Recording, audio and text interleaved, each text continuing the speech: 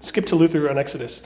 In Exodus, when the world was now full and sunk in blindness, so that men scarcely knew any longer what sin was or where death came from, God brings Moses forward with the law and selects a special people in order to enlighten the world again through them, and by the law to reveal sin anew. He therefore organizes these people with all kinds of laws and separates them from other peoples. He has them build a tent and begin, so it's called the tabernacle, build a tent and begins a form of worship. He appoints princes and officials and provides his people splendidly, both laws and men, to rule both in body before the world and in spirit before God. For the law has three kinds of pupils. The first are those who hear the law and despise it, who lead an impious life without fear. To these the law does not come. They are represented by the calf worshippers in the wilderness, on whose account Moses broke the tables of the law. To them he did not bring the law. The second are those who attempt to fulfill the law by their own power without grace. For the law shows our ability counts for nothing without Christ's grace. The third kind of pupils are those who see Moses, who see Moses clearly without a veil. They are they who understand the intention of the law and how it demands impossible things. For if Christ's glory did not come alongside the splendor of Moses, no one could bear the brightness of the law and the terror of sin and death. These third kind of pupils fall away from all works and presumptions and learn from the law nothing else except to recognize sin and to yearn for Christ. This is the true office of Moses and the very nature of the law. All right, let's see if there's any other things in here. What does it say? Liberation theology. Some interpreters treat Exodus politically as a tale about liberating slaves rather than a history of redemption. Critics have questioned the dates and places of the book. Debate has even arisen about the numbering of the Ten Commandments. Oh yeah, so there's a bunch of controversy around, and we've talked about some of it before, about the dates of the things that happened during Exodus. Who was the Pharaoh during the time? Was it in the middle period? What is in the early period? Whatever. There's a lot of information going back and forth on that. The authorship, it would be written by Moses. Moses wrote the first 5 books of the Bible. There's a historical, critical kind of approach to it that wants to remove any sort of miracle and any sort of, history from the Bible, and kind of says it's an amalgamation of different writers and different authors came together and wrote Exodus, and same thing that they would say about the book of Isaiah, but we don't have to worry about that. We'll just worry about what God actually says in the book. Okay. Let's see, next page has the outline of the book.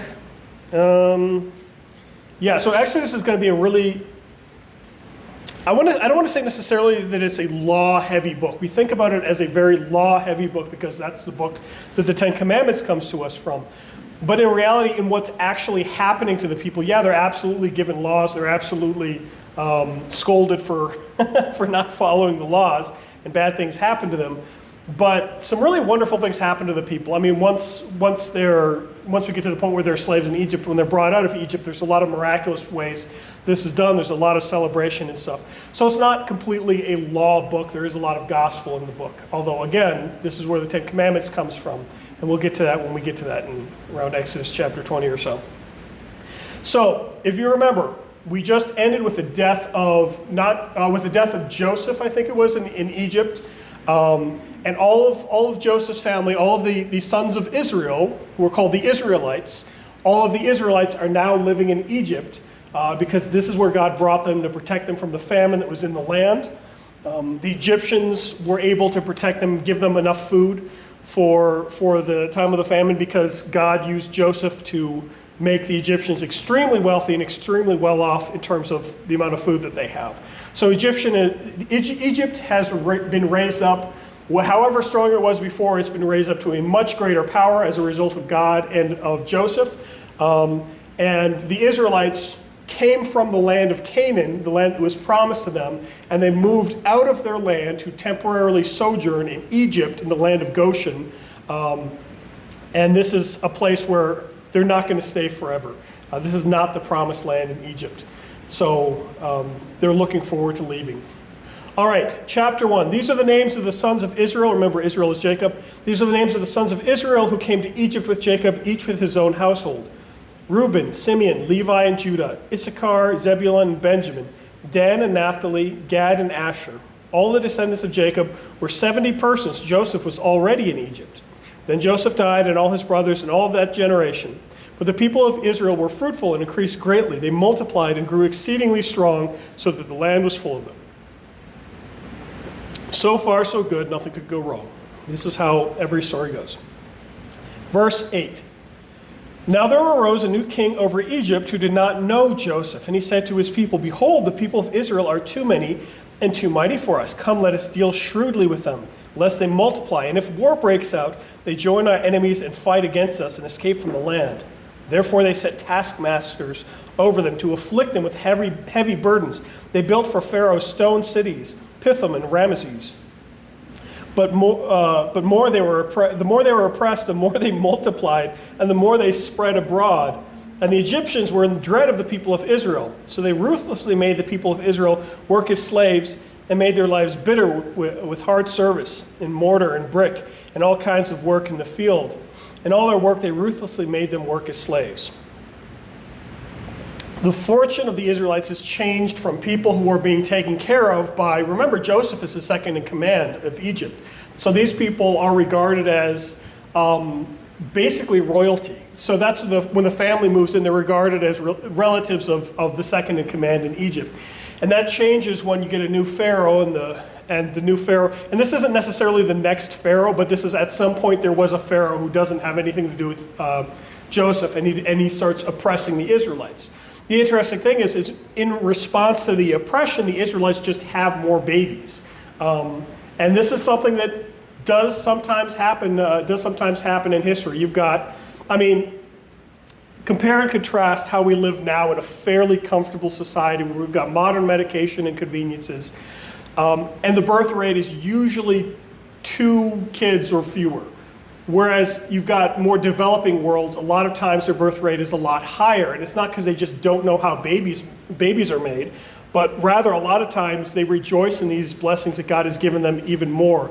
Whereas in our society, we usually focus more on the individual blessings that God gives us of our own comfort. We don't so much consider it as important of a blessing to have children. We don't value children as much in society. Again, you'll see this also when we're dealing with issues of life, abortion, and late life care and stuff like that. So the value for life, even though these people are oppressed, it's interesting. I was watching a movie. So there's a movie called Idiocracy. And you may have seen it, maybe you haven't seen it. In the beginning of the movie, it basically is showing, and it's a very cynical view, it's showing how over 500 years, the entire population becomes really stupid, and all the smart people die off, basically. And they've got these 2 smart, enlightened people, this husband and wife, and then to contrast, they've got, I think, Cletus and his trailer park of women. And they've got a whole Jerry Springer relationship going on over here where they're just having kids constantly. There's like 100 kids. And then they cut over to this family, and they're not having any children. They say, well, it's not the right time to have kids. We want to first finish our college, and we want to get ready first, and we want to have all of our affairs in order. We want to make sure that we have enough money, and we've paid off our house, we've paid off our cars. We want to make sure that we've taken care of every single possible thing that we absolutely have so we can focus the rest of it on the children. But we cannot yet have children until we are ready for children. We can't have children until we're ready. And then it cuts to, the joke is that it cuts to 10 years down the line, and Cletus and his offspring have created more progeny, and their family tree is this giant mulberry bush, basically. And then it cuts back to these 2 people and say, well, we really shouldn't have kids in this economy. Bringing kids into the world when there's so much suffering, when there's so much financial hardship, it would just not be the responsible thing to do. And it keeps cutting back and forth. And they keep having excuses until it cuts back to the family who's the smart family who's being responsible. And the husband has since died, and the woman is like, well, I've frozen some of my eggs, and hopefully one day the right man will come along, and it'll be the right time, and one day I'll have kids, and that family line dies off. So this is the explanation of how only stupid people survive. And it's a cynical view to say, well, the Israelites, didn't they know they were being oppressed? Didn't they know they were being a slave? Were they stupid? Why were they having a bunch of kids when life around them was so miserable? And part of the blessing that God gives through children is that even in the depression, correct me if I'm wrong, those who remember history, but in the Depression, was it not true that people were still having kids? And there were still a lot of kids? I've seen pictures of, unfortunately, tragic families in the Depression where you've got, there's a famous picture where there's a mom sitting out front, she's kind of, got her chin on her hand, and she's got like 6 kids next to her. Well, is she being irresponsible? Didn't she know that, it's hard out there? Why would she bring kids into the world? And the reality is, I mean, in this case, it's, God's people, they trust God, and they're just saying, you know what, we're just going to have a bunch of kids because this is God's blessing to us. So it's interesting that this is actually a pattern that you see a lot of times, a lot of places where life is less comfortable, where people are more oppressed. You actually see more joy being found in families and in children versus when people are less oppressed, more joy is found in material possessions and accomplishments, entertainment, and comfort. And it's an interesting sort of contrast that you would think that the more oppressed, the more beaten down and oppressed people would be, the fewer children they would be having, especially if they were responsible people. But no. Anyways, and this is a good thing because God did promise Abraham, did promise his descendants that they would build a great nation, as many offspring as the stars in the sky, the sand on the sea, on the shore. And this is obviously fulfilled spiritually with everyone who's a believer is a child of Abraham, and they can sing, Father Abraham had many sons, and I'm one of them, and so are you. We're all children of Abraham in that sense, but also biologically, a lot of people were descended from Israel and his 12 kids, and his 12 kids. All right, so Pharaoh's making their life hard. They just keep having kids. They have more and more and more and more kids. What can Pharaoh do? Pharaoh is upset. He is frustrated. He says, well, if they keep having so many kids, they're going to be so numerous that they're going to be able to take over. They're going to join with our enemies, maybe the Babylonians or whoever at that time, and they're going to rise up in an army. When you've got millions of people, that's very easy to, and they're all connected to each other. They're all considering themselves Israelites, sons of Israel. He's worried that they might overthrow the Egyptians. The Egyptians were not having as many kids for one reason or the other. Verse 15, then the king of Egypt said to the Hebrew midwives, one of whom was named Shirpah, and the other was Puah, when you serve as a midwife to the Hebrew women and see them on this birth stool, if it is a son, you shall kill him, but if it is a daughter, she shall live. But the midwives feared God and did not do as the king of Egypt commanded, but they let the male children live. So the king of Egypt called the midwives and said to them, why have you done this? Why have you let the male children live? This is probably one of the greatest excuses I've heard in the Bible. The midwives said to Pharaoh, because the Hebrew women are not like the Egyptian women, for they are vigorous and give birth before the midwife comes to them. So God dealt well with the midwives, and the people multiplied and grew very strong. And because the midwives feared God, he gave them families. Then Pharaoh commanded all his people, every son that is born to a Hebrew you shall cast into the Nile, but you shall let every daughter live. So this is the birth control method. It's not birth control, post-birth control, life control method that Pharaoh says. It says, okay, it'll diminish the population if we just kill off all the males. We don't have to kill all their kids, but if because they might rise up in that case. But if we kill off all the males, then they'll stop having children who can have more children. A similar thing. An inverted approach was taken in China for a while. You've probably heard of the one-child policy before, and I think they've since relaxed it to one child, plus if you pay me enough to. They had this problem where they said it was economically irresponsible to have more than one child, so you're only allowed to have one child. Well, the problem is that the last name is only carried on through male children. And in China, part of the culture revolves around this ancestry of carrying on this last name. So when you have a girl, and that's the only shot you have, she's not going to carry on your last name, so she is worthless to you, so you kill her. And then they would keep having babies and keep killing them until they had a male heir. This just evil idolatry of ancestry and carrying on your name that you're willing to destroy your own children for that sake. But, we've got our own reasons in America that we use as excuses to kill millions of children too. So Who are we to point the finger? The consequence, unfortunately, of killing off one gender within society is that after a couple of decades, now there's no women in China for the men to marry, so they have to go abroad to try to get foreign wives. But then that doesn't keep their ancestry Chinese. Now you're mixing with different cultures and different philosophies and different So Pharaoh is trying to cause this problem.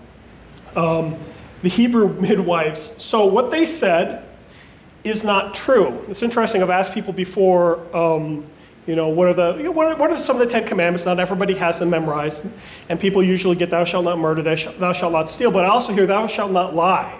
Thou shalt not lie is not one of the commandments. Thou shalt not bear false witness against your neighbor is the 8th commandment, but there is no commandment that says you shall not ever say anything that's not true. This means that every parable, every fictional story would then be a sin because you're talking about something that's not true. And this isn't the command, but rather it's bearing false witness against your neighbor. Now God is a God of truth. He's not the father of lies. So we oppose lies, but lies, I think lies properly understood tend to be malicious and intentionally dishonest in a negative way versus like a surprise party for someone. Like, I'm not going to tell you. You say, is there anything special going on today? No, there's nothing special going on. You walk into the room, surprise, happy birthday. Is that a malicious lie, or is that? I think that there's a difference there that we can recognize, even if it's hard to define. The common example is during the Holocaust, somebody comes to your door and they pound on the door. Are you hiding any Jews in the house? And are you allowed to lie? Does the Bible say thou shalt not lie? Because if so, then you have to tell the SS officer that you are hiding people that you know that they're going to murder. So in this case, it looks like God is commending and blessing the midwives for saying something that's not technically true, and they're saying it for the defense of the children, the defense of God's people, and God blesses these midwives. I just think it's a really funny excuse. It's like, we were going to go kill the kids, but by the time we got there, these vigorous Hebrew women were just and shooting babies out like crazy. I mean, it's like, I just got off the phone with them, and by the time I drove over, 10 minutes later, they're already holding it. And we can't kill the baby once they're holding. So it's just these vigorous. What's really strange to me is that Egypt says when you serve as a midwife to the Hebrew women, and see them on the birth stool, it is a son, you shall kill him. So it's interesting that they say that they take it as though, well, once the child has been born, we can't kill them then, even though Pharaoh said, well, kill them once they're given birth. And they said, well, we can't. They already gave birth before we got there. We can't do anything. Sorry. It's not really an excuse that holds water that well, but God blessed them for protecting these children. To the chagrin of Pharaoh. So Pharaoh says, okay, fine.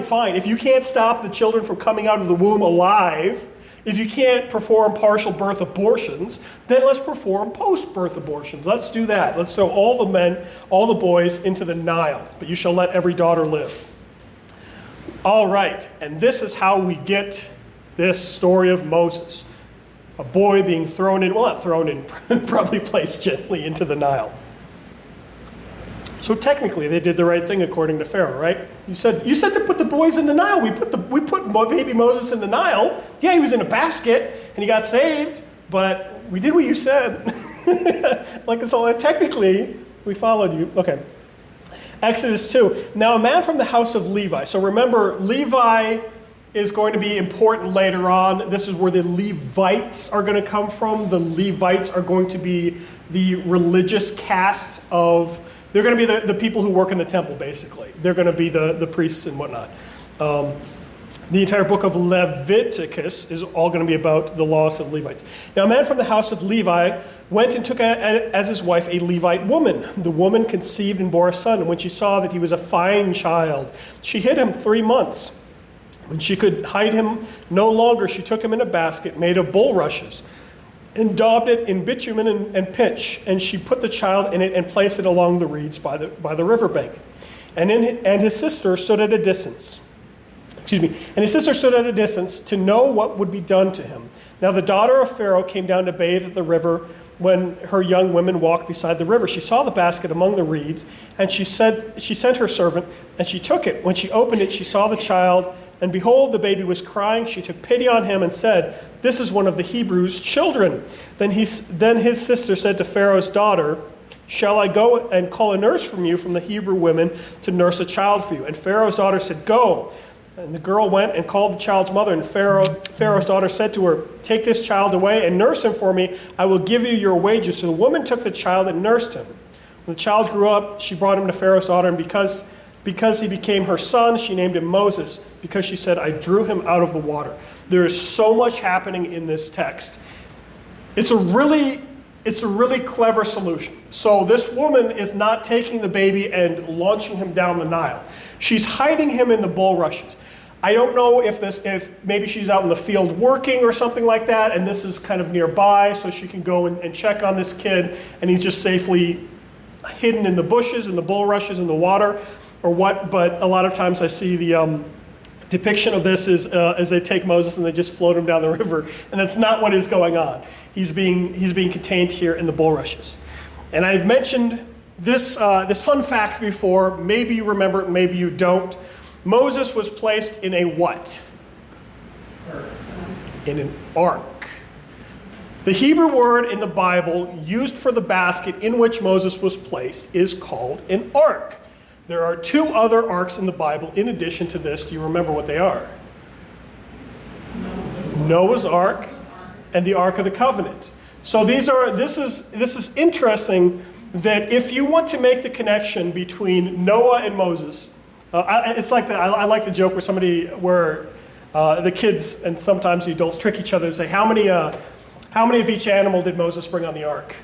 So, well, Moses didn't bring anybody on the ark. That was Noah. But there is a connection here between Noah's ark and Moses' ark here. And God uses this ark in the midst of the water to preserve the one who is inside the ark, whereas those outside of the ark who went into the water died. So presumably Pharaoh was drowning children in the Nile. But because Moses was inside the ark, he survived. And the obvious parallel between Moses is Noah. Noah and his family, they were inside the ark. To them, being in the ark, being in the water, was salvation. Moses was saved from death because he was in the water, safely in the ark. If he had not been in the ark, he would have drowned. If he had not been in the water, he would have been killed. So Moses was saved by the water, which killed others, in the safety of the ark. Same thing with Noah, and same thing with Christians. This is a parallel that's been drawn for thousands of years, that Christianity is seen as, or the church is seen as the ark. And this is, not this building in particular, but if you go probably to the Midwest, they do this pretty well. And if you go overseas, a lot of times, not necessarily to cathedrals, but to parishes, a lot of times you walk inside and you look up and there's rafters. And the rafters will be connected like a rib cage with a spine in the middle. The spine is called a keel. It's meant to represent a ship. So a lot of times churches, you're wondering where the shape of a church building came from. A lot of times church buildings were depicted as boats, as arks. So the idea is that you Christians are inside of this ark, inside of the Christian church, not just the building, but Christianity. And because you are inside of Christianity, you are saved by the water, which is baptism, which is salvation for you. Whereas those who are outside of the ark, those who are outside of Christianity, are swept away in the deluge of God's wrath. So this is a theme that happens over and over and over again. I don't think in the New Testament anybody specifically talks about Moses in the bulrushes as a comparison, but in 1 Peter 3:21, baptism is connected to Noah's flood. It talks about Noah's flood, then it says baptism, which corresponds to Noah's flood, now saves you, not as a removal of dirt from the body, but as an appeal to God from a clean conscience. So in this, if you want to see a contrast or a comparison to your own life, Moses in the ark, you guys in the ark of the church, Noah in his ark, surrounded by water, which would be dangerous to anyone else, dangerous to your sin, in fact, that's what baptism is, but salvation for you. Now, Moses' mother, in addition to this is a great story. If this was just an Aesop's fable, it'd be wonderful on its own, but yes, sir? I was just going to mention, I think the actual ark that was original is a box. Yes, yes. So it's a modern mind invention of the... Oh, for the keel or whatever, the shape of the ship? Yes, so actually there's a couple of other points worth bringing up as well, based on what you mentioned. So Mark brought up that the original shape of the Ark of the Covenant, that's what you're talking about, was in the shape of a box. And if you look at the descriptions, and I don't know, where is it, in Kentucky or wherever they've got the Ark experience. What state is that in? Is that Kentucky? Or, yeah, so I haven't seen it, but I think it's kind of a box shape. There's a couple of different kind of depictions of Noah's Ark. There's a little bathtub version with the giraffe head sticking up out of it. There's ones where it's shaped where you've got a keel where it's kind of curved down. You've got kind of the spines. The keel runs along with the ship. There's ones where it's kind of shaped like a coffin. I like that one the most. I think that's probably the most likely. But there's one feature that should never be depicted on the ark, however shape you make it, and that feature is a rudder, because Noah never steered the ark. God never said to Noah, you now, Pope Noah, I want you to steer my church through the waters. But they relied entirely on God to bring them through and to transport them. Likewise, there was no rudder on Moses' ark either. God was the one who steered it. Likewise, when it came to the Ark of the Covenant, there were some problems that came up when people decided that the Ark of the Covenant should go places where God didn't want it to go, where they tried to bring the Ark of the Covenant into battle to use it as a good luck charm. It got captured by, I think it's the Philistines.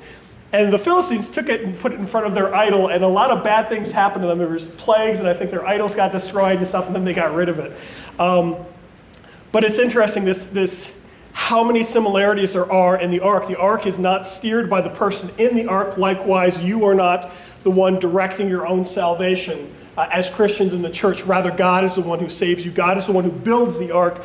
God is the one who keeps you in the ark. God is the one who brings the water. God is the one who saves you through the ark. And God is the one who steers the ark. But yes, so modern depictions of, modern ideas of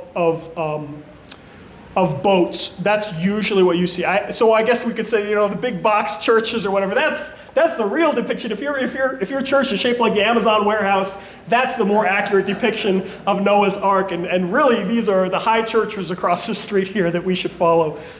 They just have to get more incense.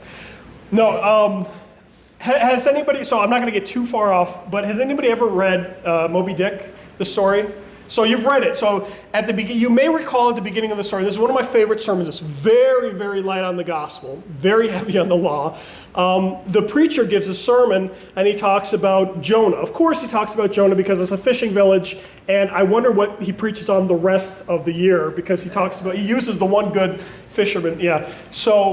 But the description of the church in that is fascinating, because inside you've got all these sailors sitting in the pews, and he says he's got masts in the middle of the church, and he climbs up into the crow's nest to preach a sermon. He climbs the rigging up to the crow's nest to preach a sermon to everybody else, and it was as though it was swaying back and forth in the ocean. So they really leaned into the church as an ark, the church as a boat idea with that. But anyways.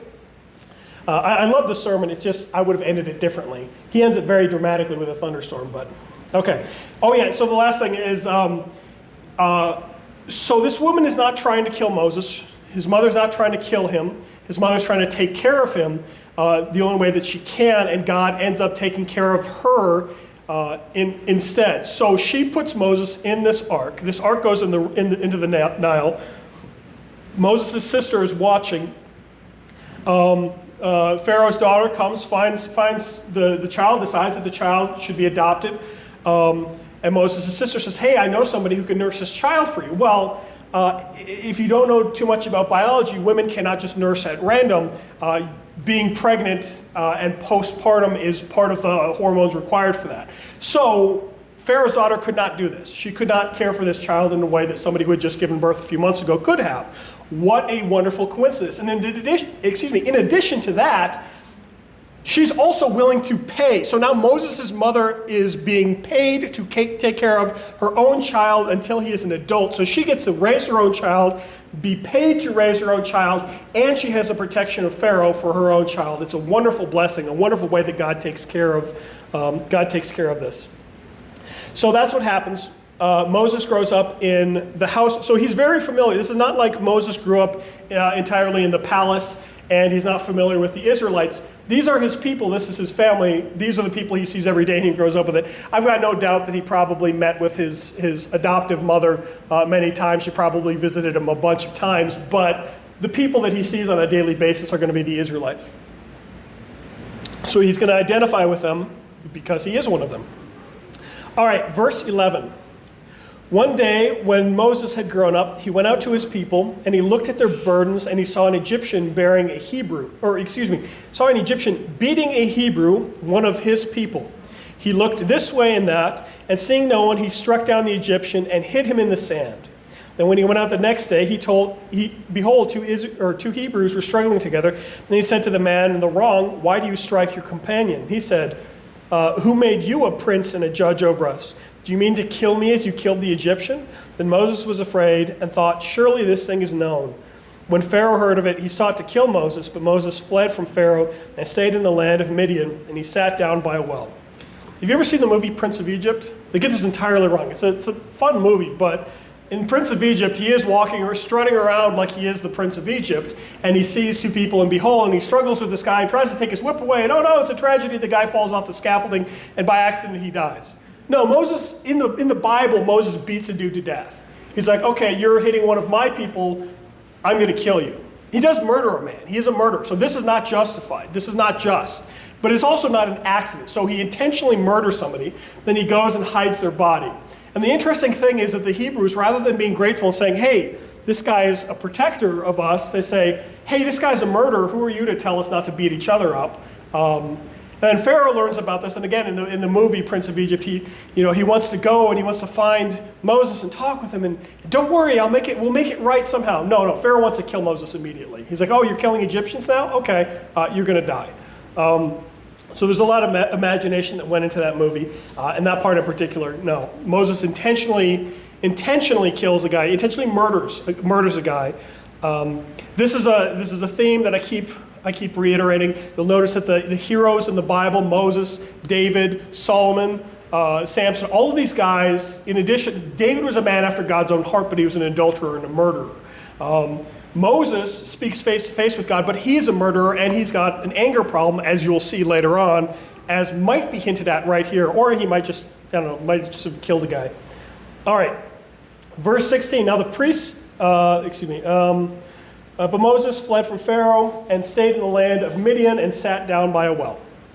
So he's no longer in Egypt. Now the priests of Midian had 7 daughters, and they came and drew water and filled the troughs to water their father's flock. And the shepherds came and drove them away. But Moses stood up and saved them and watered the flock. So once again, if you're looking for, I think Charlton Heston was probably the best choice for casting for Moses. Moses is a burly character. Moses is a scrapper, a fighter. He's already murdered one person. Now he's fighting off people, driving people away from the well. Verse 18, when they came home to their father Reuel, he said, how is it that you have come home so soon today? They said, an Egyptian delivered us out of the hand of the shepherds and even drew water for us and watered the flock. He said to his daughters, then where is he? Why have you left the man? Call him that he may eat bread. And Moses was content to dwell with the man, and he gave Moses his father Zipporah, and she gave birth to a son, and he called his name Gershom, for he said, I have been a sojourner in a foreign land. So Moses is recalling that. It's interesting that he's considered an Egyptian by other people, but he considers himself an Israelite. He never once considers himself an Egyptian. Again, in contrast to the movie, he's not thinking of himself as an Egyptian, although he probably looks like one. Verse 23. During those days, during those many days, the king of Egypt died. And the people of Israel groaned because of their slavery and cried out for help. And their cry for rescue from slavery came up to God. And God heard their groaning. God remembered his covenant with Abraham and Isaac and with Jacob. And God saw the people of Israel, and God knew. All right, there's some Hebrewism here. One of the Hebrew words, yada, to know. Now, Adam knew his wife, yada, but basically this means to be intimately familiar. So God knew. God was familiar with their suffering. He wasn't far off hearing rumors of suffering, but rather he was engaged in their suffering. He was actively going to do something about it. Now, the people of Israel are crying out to God. God had made promises to them, and it wasn't wrong of them to complain of their situation. A lot of times we think that it's wrong to, we don't want to whine, we don't want to be complainers. But Lamentations is, well, first of all, it's a book in the Bible, but it's also a good thing. It's saying, God, how long will I wait before you will act? Because I trust that you will act. I trust that you will fulfill your promises. So in this case, the people of Israel are crying out to God because they know he hears, because they know he will do something about it. He has the power to do something about it, and he desires to do something about it. And he will. We'll learn about this in upcoming chapters in very fascinating ways. But for right now, we just have this hint that God knew. God saw the people of Israel, and God knew. Let me see if there's any notes on that specific. I want to see if there's a phrase. So God heard, God remembered, God saw, God knew. 4 verbs catalog God's response to Israel's cry for rescue. God knowing always brings about an effect. God understood what Israel felt after seeming to be out of touch and unconcerned. So the idea is that they're calling out to God, and the idea might feel like God is far off because of suffering that's ongoing, but God is not far off, and God hears Israel's cries for help. Likewise, we should never stop crying for help when we need it. When God remembers something, it talks about God remembered somebody, or remember me this day when you go to paradise. The thief on the cross says to Jesus. And remembering is a lot bigger of a connection than just recalling mentally somebody or recalling mentally. So do this in remembrance of me, Jesus says during the Lord's Supper. This is not just think about him like remember the Alamo, but this is participate with me in this event. So God is going to participate and involve himself in the event of Israel's suffering and salvation. And this is what he does when he remembers them. So when we pray for God remember me, it's not don't just think about me, but actually act on it. Look at me with love. I'm suffering. I need help. So that is Genesis chapter 1 and 2. We can end there. Next chapter, we're going to get into the burning bush and a lot of other stories that you guys are probably familiar with. But with that, let's close with the doxology.